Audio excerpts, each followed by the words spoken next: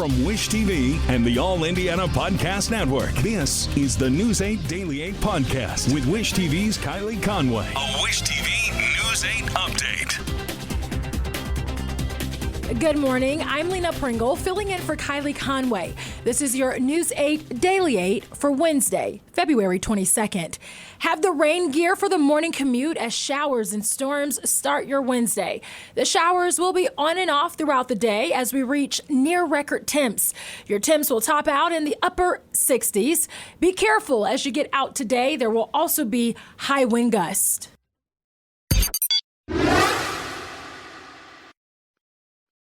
Indianapolis police are urging someone to come forward to help solve the shooting of a toddler. It happened last night in a home on the near north side of the city. IMPD tells us the gunfire came from an alley behind a house at 29th and Delaware and wounded the child inside. Police say the toddler's family is from Indianapolis, but was staying at the home where it happened through Airbnb. Investigators are hoping a neighbor will have video that could prove helpful or that someone who saw or knows something will come forward. Police say the child is stable at the hospital. They have not released the toddler's age or name. A well-known former Colt and radio host faces charges, and his attorney is responding to the claims. Hendricks County deputies arrested Joe Staysniak yesterday morning in Brownsburg. Online court records show he's charged with strangulation and 2 counts of battery resulting in bodily injury. According to the probable cause affidavit, Staysniak punched his son and his son's boyfriend, grabbed the boyfriend's hoodie, and pulled a gun late Monday night as they sat inside a car in Staysniak's driveway. His attorney, Guy Relford, says he's confident Staysniak's actions are justified. Relford wrote in a statement, the situation arose when a neighbor contacted Joe at a late hour to report 2 suspicious vehicles parked in the woods near the Staysniak's home, and Joe went to investigate. Relford goes on to say he has never before been accused of a crime. He is a long-standing pillar of the central Indiana and Hendricks County communities, and I look forward to fully vindicating his actions in court. Staysniak's next hearing is set for April 10th. From I-Team 8, Indiana lawmakers are one step closer to cracking down on devices that turn handguns into machine guns. As we've reported, 2 bills are making their way through the State House to address Glock switches and auto sears. The Senate passed Bill 343 yesterday, while the House passed Bill 1365. Both would make possession of the devices a felony. Right now, it's not unless it's already attached to the gun.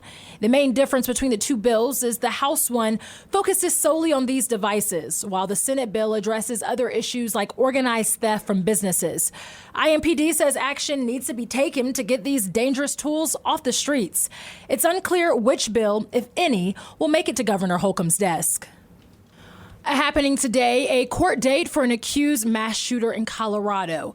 Prosecutors say Anderson Aldridge killed 5 people in November at Club Q, an LGBTQ night spot in Colorado Springs.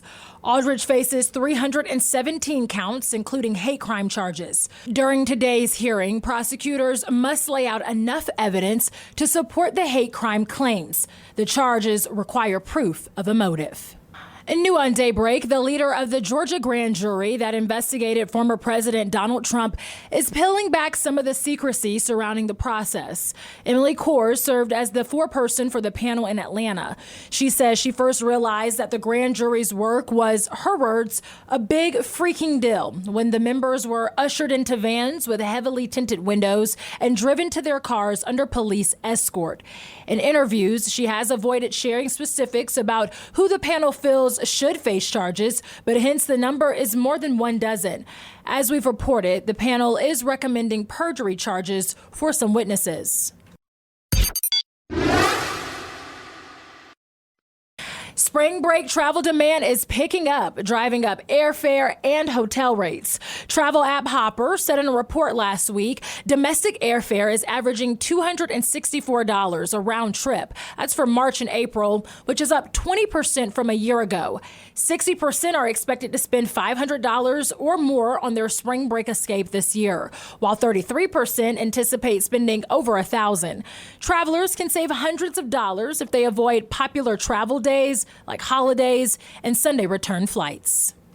Large chains like Panera and P.F. Chang's, as well as neighborhood hangouts, are increasingly experimenting with the subscription model as a way to ensure steady revenue and customer visits. Some offer unlimited drinks or free delivery for a monthly fee. Others will bring out your favorite appetizer each time you visit. NPR says the subscription costs anywhere from $7 to $130. It all depends on what is involved, and that is per month. And Starbucks is launching olive oil infused coffee in Italy with plans for a U.S. launch this spring. The new Oledo line is the brainchild of CEO Howard Schultz, who's stepping down in April. The initial drinks will infuse olive oil into Starbucks coffee lattes, ice shaken espresso, and cold foam. This has been your News 8 Daily 8 for Wish TV. I'm Lena Pringle.